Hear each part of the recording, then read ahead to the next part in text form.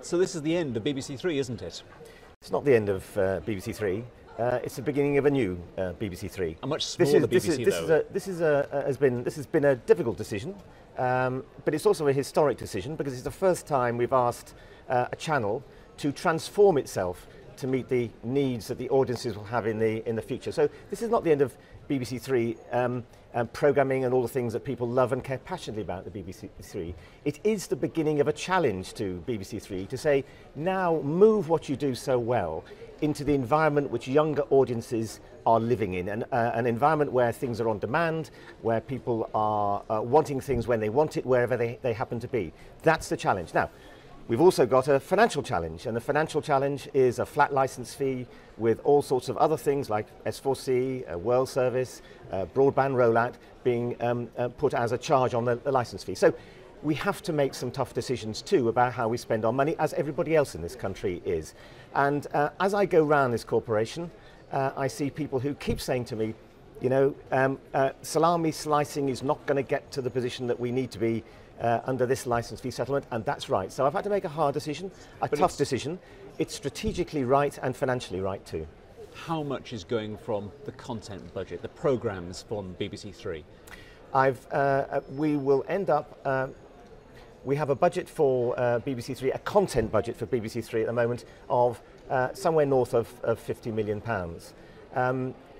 Probably about £30 million of that, and we're working that out at the moment, will go out into content for the online and iPlayer version of BBC Three.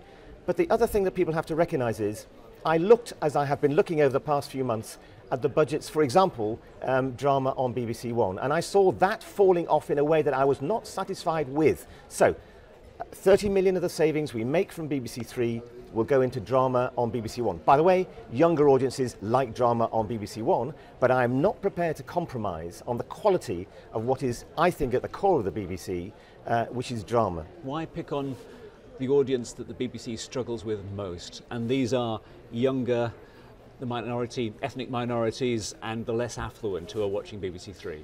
I want younger audiences and the less affluent to be better served by the BBC. Younger audiences increasingly are moving online, on demand, looking at content on screens wherever they happen to be, at whatever time of the day they want to consume content.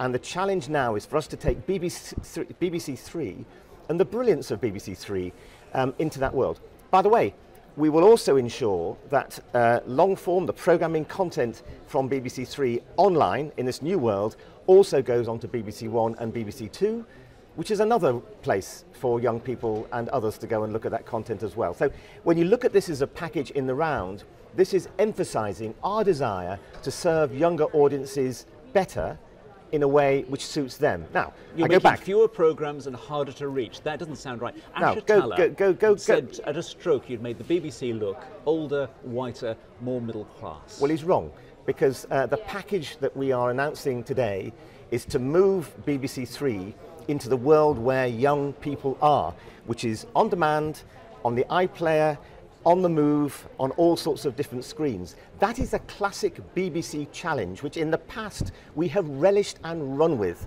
And I know the people that make things, and I know the people who have made programmes like Bluestone 42 or Reggie Yates and his amazing documentaries on South Africa. The challenge to them and our programme makers is to serve our audiences, our younger audiences, in this new way, because inevitably this is going to happen, that people will move into this online environment, and I want to make sure we serve them properly. So the highbrow elite stuff on BBC Four, that's safe, is it?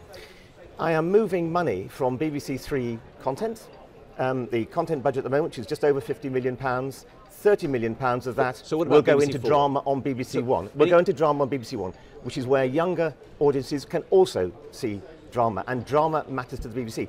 I've said there are very hard choices. So if we were to cut BBC Four, that's an older audience. Do the same with BBC Four. It's an older audiences which are not in the same place as the audiences are potentially for this new look BBC Three. So we decided not to go down the route of axing BBC Four. No budget in the BBC is safe. It all depends on how we manage to balance the books over the coming years. Because I go back, we're in a tough position. We have a licence fee which is flat. We have additional burdens put on us, which we've accepted 3 years ago by the government, for funding S4C, broadband, and also World Service. We cannot continue to spend money in the same sort of way as we have done in the past, because the constraints on us to absorb all that are too big. And all the headlines today, again, all about BBC bullying, they're there. How many people have now lost their jobs because of bullying in the BBC? I won't give you an answer to that. What I will say is, in terms of figures, I will say I take this very seriously. The team is taking this very seriously, and at the right moment, at some point this year, we'll publish the number of cases that we've had and give you that sort of data. But what we don't do is to go into individual cases, because that would be an improper thing to do. Jenny Hall, thank you very much.